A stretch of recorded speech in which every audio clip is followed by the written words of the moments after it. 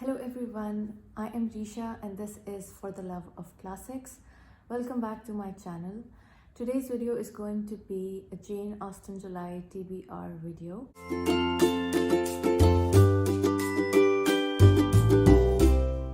So Jane Austen July is a month-long readathon hosted by Katie from Books and Things and Merissa from Blatantly Bookish. Both of these booktubers post amazing content about classics of all sorts, so you should definitely check out their channels. Jane Austen July has been on my radar for a while now, but I have never actively participated.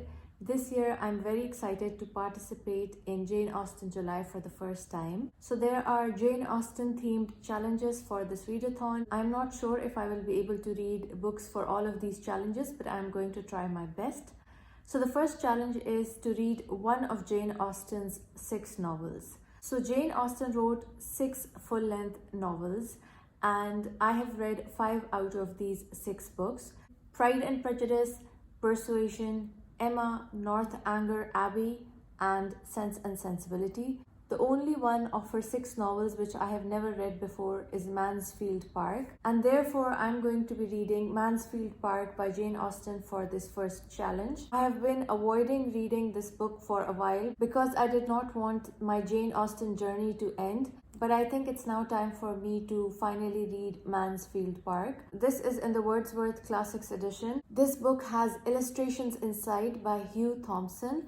These illustrations will definitely make the experience of reading Mansfield Park much fun. Adultery is not a typical Jane Austen theme, but when it disturbs the relatively peaceful household at Mansfield Park, it has quite unexpected results. I saw the film adaptation of Mansfield Park ages ago, and I have now partially forgotten the plotline, but I would definitely want to watch the film after I finish reading the book. There are going to be 2 read-alongs hosted by Katie and Melissa as well, and these read-alongs are going to be for Pride and Prejudice and for Emma. So if any of you are interested or want to know the details, then I'm going to link them down below.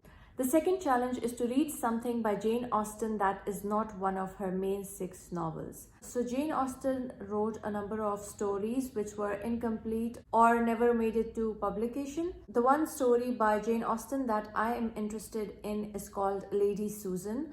I have never read any of her shorter works and I'm really excited to try it. I was unsure of what to pick for this challenge, but one of my friends suggested Lady Susan. She said it was ridiculous and hilarious but fun, so I am looking forward to reading Lady Susan. All of Jane Austen's works are available for free download, so if any one of you does not have a physical copy, they can easily download the ebook.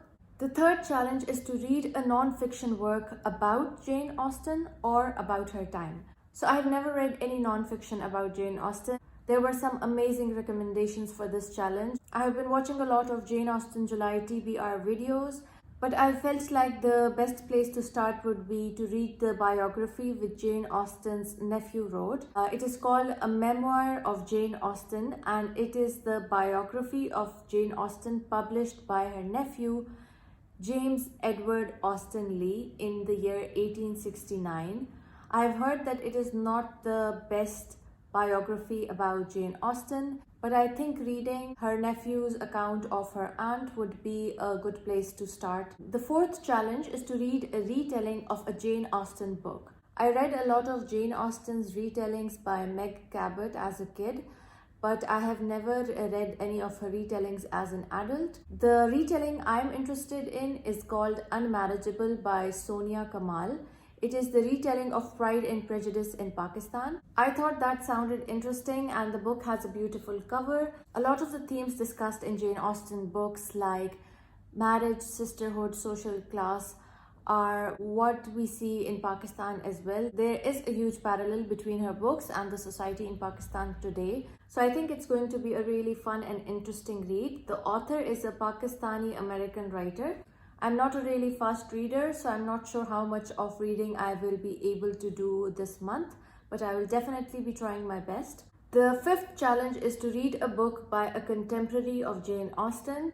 This is the challenge I was looking forward to the most. And for this challenge, I have chosen Marriage by Susan Ferrier. Susan Ferrier was a Scottish writer who was a contemporary of Jane Austen. She was aware of Jane Austen's works, and Jane Austen was aware of Susan Ferrier's works. Ferrier's canvas was broader. It included servants, something which were missing in Jane Austen's works. She also believed in empowering women and educating them for their own good. Sir Walter Scott was also a great admirer of Susan Ferrier's works. She wrote 3 novels in her life, and this is the first one. It was an immediate success. I have already started reading this book and I'm really enjoying it so far. This is in the Virago Modern Classics edition and it has a beautiful cover. It was published in the year 1818 and it is a story about 2 generations of women. They go back and forth between Scotland and England. We get to see these 2 different types of societies. She may not be exploring her characters deeply, but her writing is funny and witty and the storyline is great. The 6th challenge is to watch a direct screen adaptation of a Jane Austen book. This is such a fun and easy challenge because I love watching all of Jane Austen's adaptations. So I'll definitely watch the adaptation for Mansfield Park after I finish the book.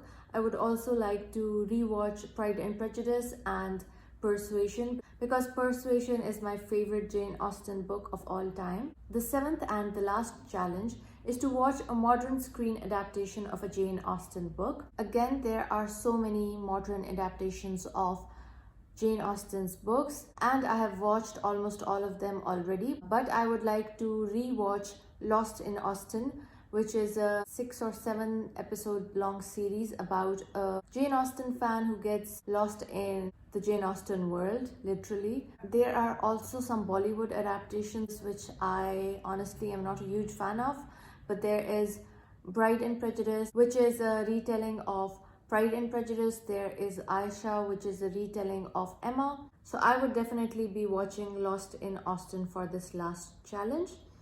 So that's it. Those are all the 7 challenges. I really hope that I complete some of these challenges. Even finishing these 2 books in the month of July is going to take a while. Adding to these 2, Lady Susan, a biography, and Unmarriageable would definitely be asking too much of myself.